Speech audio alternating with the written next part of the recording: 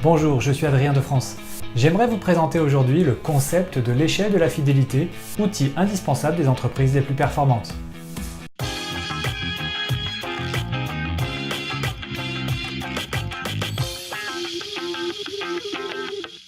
Il existe une différence très importante entre les personnes qui composent votre marché cible et on peut facilement les répartir sur une échelle représentative du niveau d'engagement qu'elles ont envers votre entreprise. Tout en bas de cette échelle se trouvent les suspects. Qui sont-ils? Typiquement, un suspect est une personne ou une entreprise avec laquelle vous pourriez faire des affaires. Ce sont toutes les cibles potentielles de votre entreprise. On les suspecte de pouvoir devenir des clients car elles ont toutes les caractéristiques pour cela, mais pour le moment, elles ne vous connaissent pas. Ce qui va vous intéresser, c'est de faire grimper les suspects au niveau supérieur, celui des prospects. On définit un prospect comme étant un suspect qui a démontré de l'intérêt pour vos produits ou vos services. Ce sont des cibles qui ont commencé à s'engager, qui ont fait un premier pas vers vous en se disant « Tiens, ça a l'air intéressant ». On peut citer par exemple les demandes de devis, les demandes de rendez-vous, les demandes de renseignements par email ou téléphone, ou encore les réponses à une offre spéciale comme étant des marques d'intérêt. On peut également identifier facilement aujourd'hui avec des outils digitaux qui s'intéresse à vous, qui a visité votre site web, qui a cliqué sur un lien de votre email.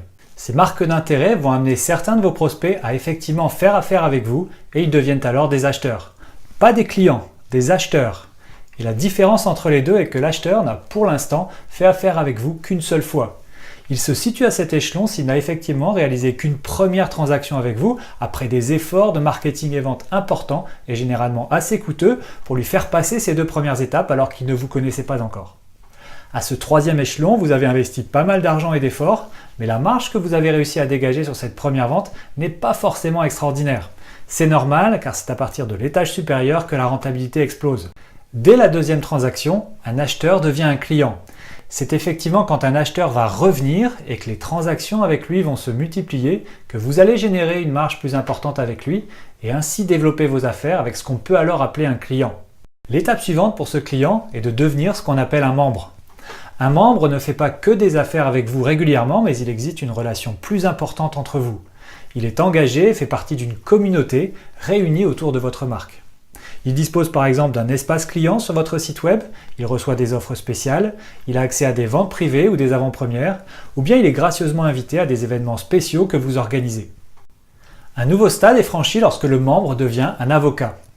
Un avocat est un client fidèle et engagé qui, si on lui demande son avis sur vos produits et services, donnera un retour extrêmement positif. Il parlera de son expérience client et vous défendra face aux questions qui lui seront posées. Et si effectivement les trois premières marches de l'échelle de la fidélité sont franchies grâce à des efforts marketing, les suivantes relèvent de l'expérience client, du service client que vous allez être capable de mettre en place pour disposer in fine de clients engagés jusqu'à l'échelon ultime, celui d'ambassadeur. Ce dernier étage de l'échelle représente ceux de vos clients qui n'ont même pas besoin qu'on leur demande ce qu'ils pensent de vous. Ils en parlent d'eux-mêmes, ils sont tellement satisfaits qu'ils veulent le partager, ils ont le sentiment d'avoir beaucoup reçu grâce à vous et ont dorénavant à cœur de vous rendre l'appareil avec enthousiasme et générosité. En fait, ces ambassadeurs forment une véritable force commerciale efficace pour vous. Et cette force commerciale a de nombreux avantages. Elle travaille pendant que vous-même êtes occupé à autre chose.